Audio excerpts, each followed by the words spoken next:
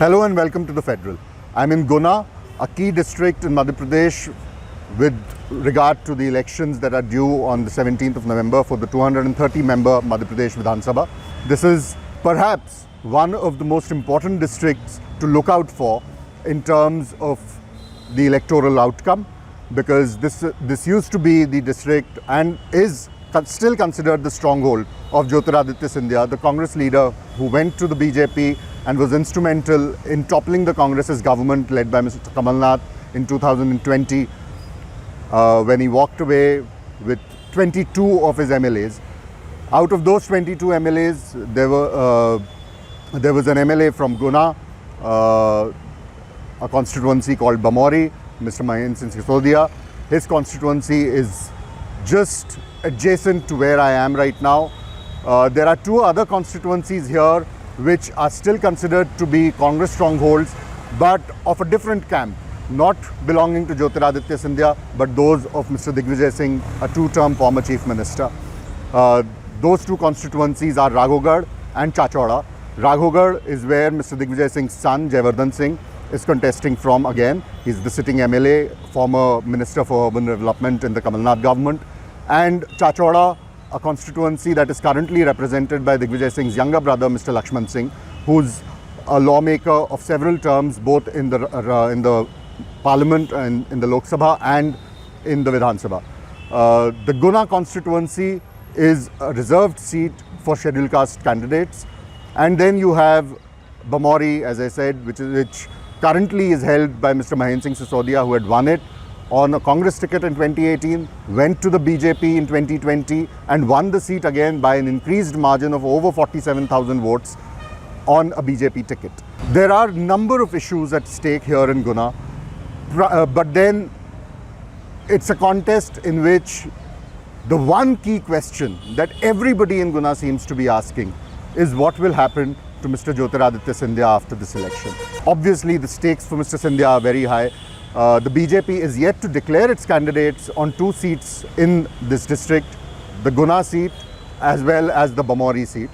Guna is, of course, a reserved constituency, but Bamori, there is very heavy speculation that it could be one of the seats that has been identified by the BJP for Mr. Jyotiraditya Scindia to contest from. By and large, the people that I've spoken to believe that Mr. Scindia, whether he contests from Bamori or he contests from the Shivpuri constituency, which was previously held by his aunt Yashodhara Raje, who is not contesting the election this time, he will win, but he'll have a very tough contest at hand. And so will his loyalists who've been given tickets in this region by the BJP. Primarily, the reason for this kind of disaffection is the sense that Mr. Scindia betrayed the mandate that was given to him by the people in this area. And by moving to the BJP, he showed not just a kind of great elasticity in political ideology, but also a sort of character that's based on compromise, of ethics, of what his father, Mr. Madhavrao Scindia, a Congress stalwart, stood for. There are other challenges at stake here. The Bamori constituency, for instance, has a huge tribal population. There are some estimates that the constituency has roughly around 35 to 40% tribals, even though it's not a reserved tribal seat.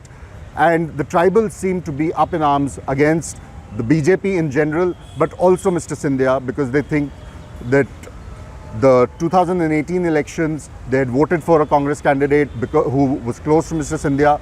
Nothing was done for the tribals in the area after that. Previously, Mr. Jyotiraditya Scindia was himself the MP from this area, and nothing was done for the tribals back then too. There is a kind of coalescing of various tribal outfits. I was speaking to one of the tribal leaders in Bamori earlier, and who said that there is an attempt afoot that if Mr. Scindia is given the ticket from Bamori, various tribal organizations who've been working on different aspects of tribal welfare will have their leaders camping in Bamori to make sure that Mr. Scindia has a very, very tough fight at his hand. Against him, the Congress has fielded Rishi Agarwal, who's a young leader, who comes from a political family that had its roots in the BJP. His father was an MLA from the BJP. He was denied a ticket in 2018 and contested as an independent but lost. The Congress then brought him in when Mr. Scindia and Mahendra Sisodia, the sitting MLA from Bamori, shifted to the BJP. And Mr. Kanhaiyalal Agarwal was given a ticket, but he lost the election by over 47,000 votes. This time the Congress has given a ticket to his son, who locals say has been very active since the last 3 years in this area and has been constantly on a public outreach kind of an effort. The Guna town constituency, which is a reserved constituency, generally for the last 20 years, it has been the BJP that has been winning this seat. And the general sentiment seems to be that the BJP might retain the seat again. But nobody here seems to be very happy with what the BJP has done for the Guna seat, despite holding this seat for the last 20 years. The problem that people point out with the Congress is that despite not winning the seat for 20 long years, it has not been able to identify even one candidate who can take on the BJP, irrespective of who the BJP feels. So these are the issues at stake here in Guna, and we'll be bringing you more and more updates as we travel along this belt. Not just Guna, but also the overarching Gwalior-Chambal region, which is considered to be the fiefdom of Mr. Jyotiraditya Scindia, but also has other very senior leaders of the BJP in the fray, including Union Minister Narendra Singh Tomar, who's contesting from Dimni, a constituency in the Morena district.